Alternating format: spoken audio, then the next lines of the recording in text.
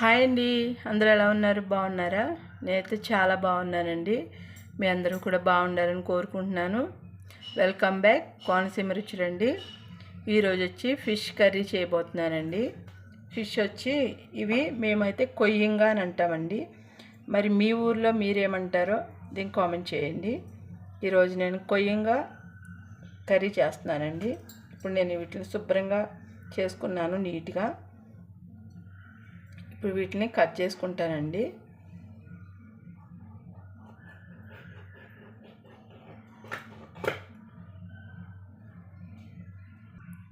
ఓకేనండి, నేను కట్ చేసి పెట్టుకున్నాను. వీటికి ఒకటే ముళ్ళు ఉంటుందండి. చిన్నపిల్లలు కూడా చాలా ఇష్టంగా తినొచ్చు. ఓకే, ఈ చేపల పులుసు కావాల్సిన పదార్థాలు చూద్దాము. నేను ఇక్కడ పెద్ద సైజు 3 ఉల్లిపాయలు తీసుకున్నానండి. అలాగే 5 పచ్చిమిరపకాయలు తీసుకున్నాను. అలాగే టేస్ట్కి సరిపడినంత సాల్ట్, అలాగే 1/2 టేబుల్ స్పూన్ వచ్చి పసుపు, అలాగే 1.5 టీ కారం అండి.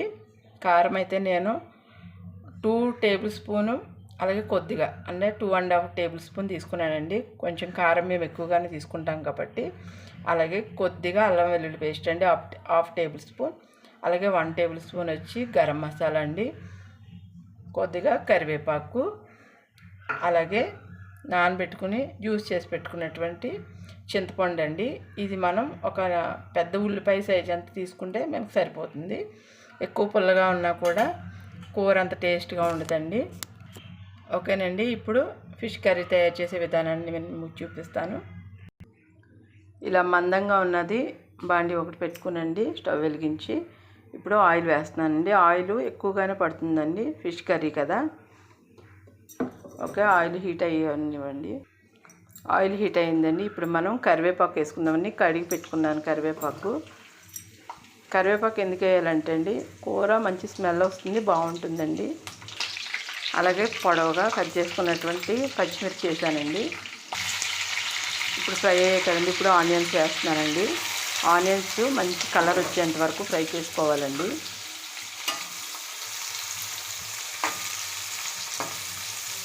ఇప్పుడు మనం మూత పెడదామండి.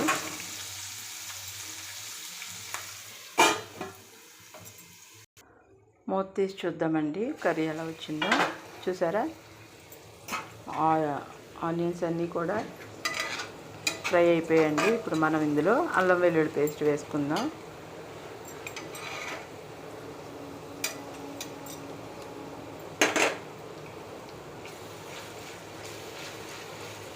కొంచెం ఫ్రై అవనిద్దామండి. ఇప్పుడు మనం 1/2 టేబుల్ స్పూన్ పసుపు వేసుకుందామండి.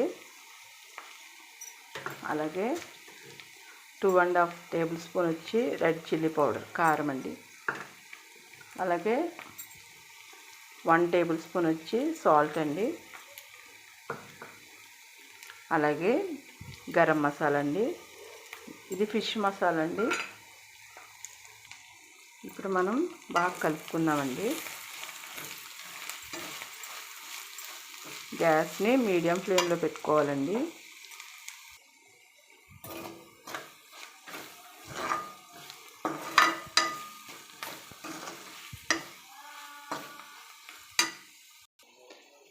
ఇప్పుడు మనం ఈ చేప ముక్కలన్నిటిని పెట్టుకుందామండి. ఇలాగా